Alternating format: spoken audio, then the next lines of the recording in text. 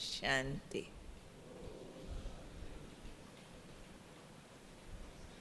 ये शाम का समय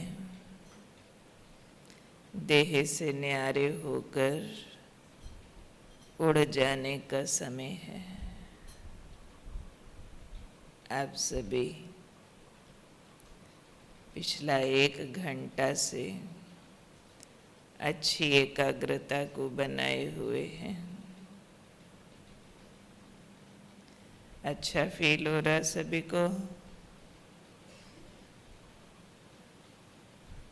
बहुत अच्छा। अभी भी हम सब फरिश्ता स्वरूप की ड्रिल करेंगे। फरिश्ता बनकर वतन में जाने और आने की प्रैक्टिस करेंगे। जाना भी है मिलन मनाने के लिए, आना भी है बाबा का प्रकाश फैलाने के लिए। दोनों काम ज़रूरी हैं। उससे पहले थोड़ा सा हम ये फरिश्ता स्थिति क्या होती है उसको समझ लेते हैं। बाबा कई तरह की अवस्थाओं की बात किया करते हैं। राजयोग के वैरायटी स्टेप्स हैं। राजयोग शुरू करते हैं तो आत्मा परमात्मा का परिचय लेते हैं। फिर शुरू की अवस्थाएं होती हैं जिसमें मनन चिंतन में ज़्यादा रहते हैं, रियलाइजेशन कम होता है। फिर मनन चिंतन से रूह रिहान शुरू होता है। सोल कॉन्शियस होकर, गॉड कॉन्शियस होकर आत्मा परमात्मा से बात करती है और रिस्पॉन्ड लेती है। रूह रिहान मीन्स आत्मा और परमात्मा की आपस में बातें, बात सुनाना भी और उनकी सुनना भी, ये रूह रिहान है। रूह रिहान करते करते मिलन की अनुभूतियों में चली जाती है। मिलन की अवस्था फरिश्ता अवस्था भी कही जाती है। मिलन से फिर मगन में चली जाती है आत्मा, एक की लगन में मगन। एक ही दिखता है अंदर की आँख को। उसके प्यार में, गुण और शक्तियों की प्राप्ति में आत्मा खो जाए, बिंदु बिंदु को देखता रहे, मूल वतन में अपने को बैठा हुआ, ठहरा हुआ महसूस करें। वो है हमारी बीज रूप अवस्था। शुरू की अवस्थाएं तो आप ज़्यादा पुराने हैं, उस पर इतना बात करने की बात नहीं है। परंतु आज फरिश्ता स्थिति पर बात करेंगे और ये स्थिति द्वारा कैसे अंतिम समय की तैयारी की जा सकती है वो बात करेंगे।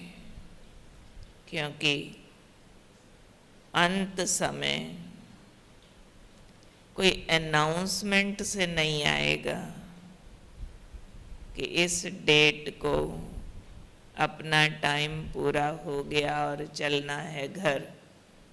ऐसी अनाउंसमेंट्स नहीं होती है। अंतिम समय एक पीरियड है, विनाश काल।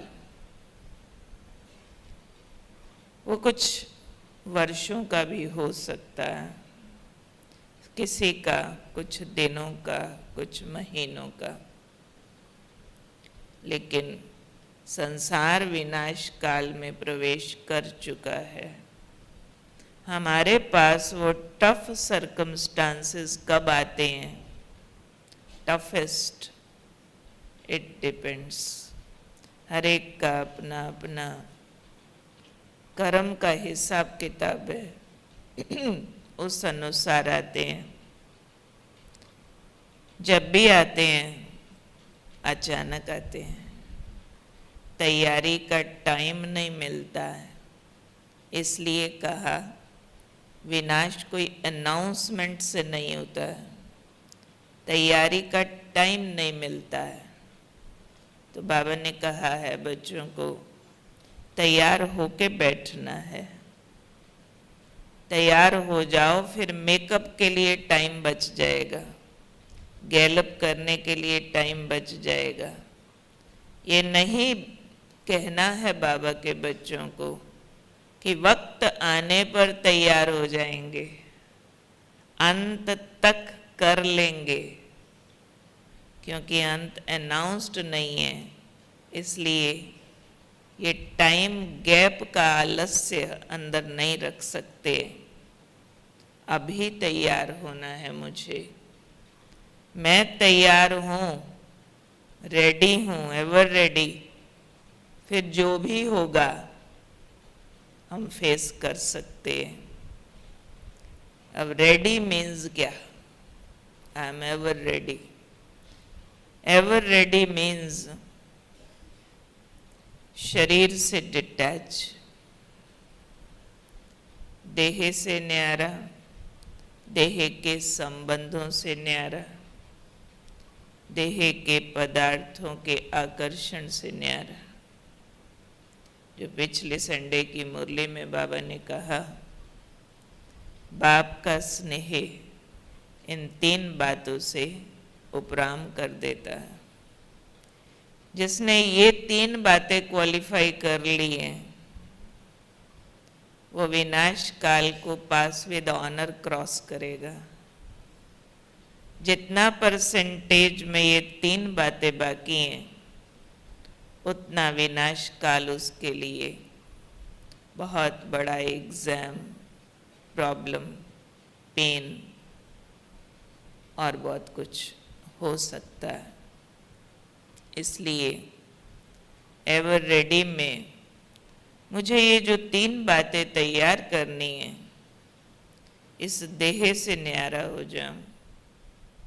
इस देह पर कोई भी संकट आए विनाश काल में, देह पर कोई भी अटैक हो जाए, नेचुरल कैलेमिटीज का अटैक हो जाए, भूखे रहना पड़े, इविल सोल्स का अटैक हो जाए, कुछ भी हो जाए, आई एम रेडी।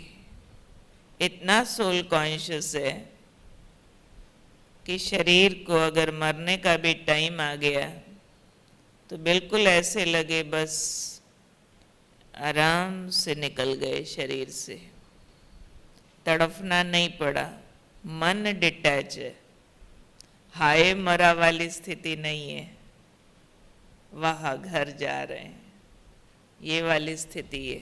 देह से न्यारा, सोल कॉन्शियस। बॉडी अट्रैक्ट नहीं करती है, मैं शरीर हूँ ये फीलिंग नहीं आती है। शरीर पराया मकान है, बस मुझे निकलकर घर जाना है, ये फीलिंग आती है। तो इसको कहेंगे देह से न्यारेपन की तैयारी हमने कर ली है।